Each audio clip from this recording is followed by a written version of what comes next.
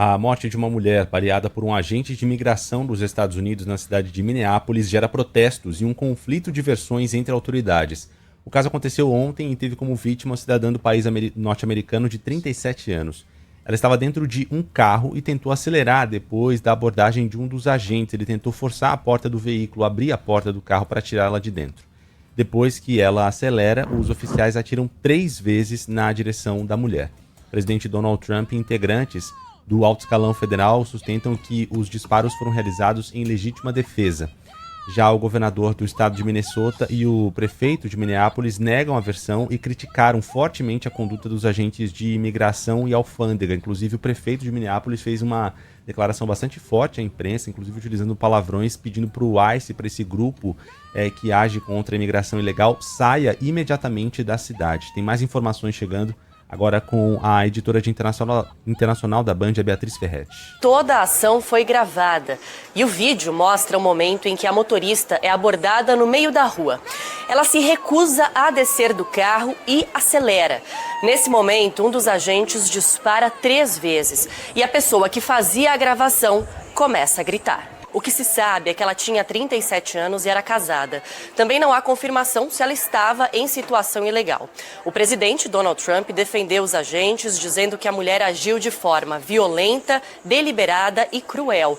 A secretária de Segurança Interna classificou a atitude da motorista como um ato de terrorismo doméstico e disse que o agente disparou porque se sentiu ameaçado. O governador de Minnesota, Tim Walz, do partido de oposição a Trump, prometeu responsabilização e justiça até o fim.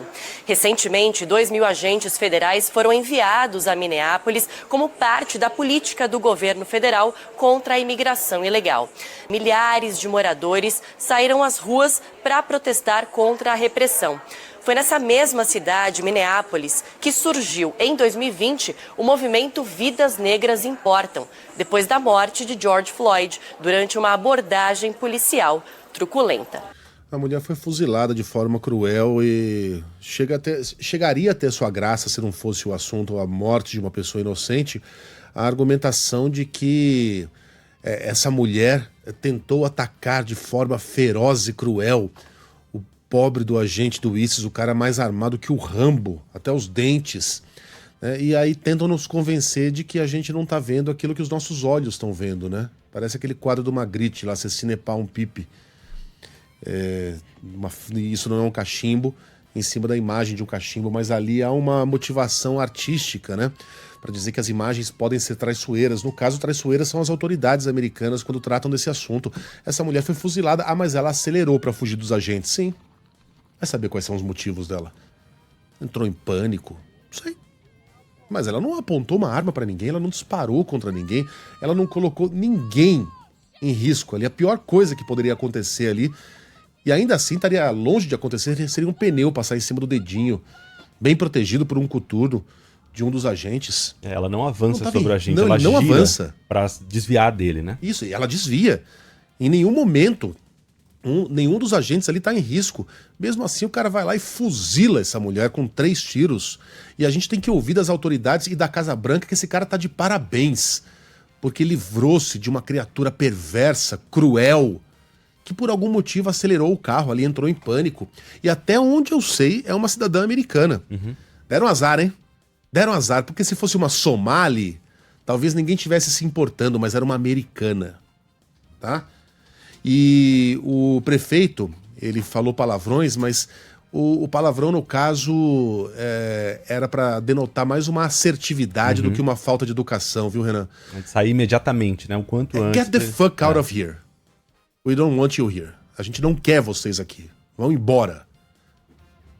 Né? Com toda a razão de estar revoltado com o que aconteceu. E é um sinal dos tempos o fato de a Casa Branca estar pouco se lixando para essa cidadã fuzilada por um agente de imigração. O UOL está dando outros detalhes aqui dela, pela reportagem em São Paulo. Trata-se, segundo a reportagem do UOL, de Reni Nicole Good, de 37 anos. Uma cidadã americana, diz a reportagem. A identidade foi confirmada pela mãe dela, Donna Ganger, a o jornal The Minnesota Star Tribune.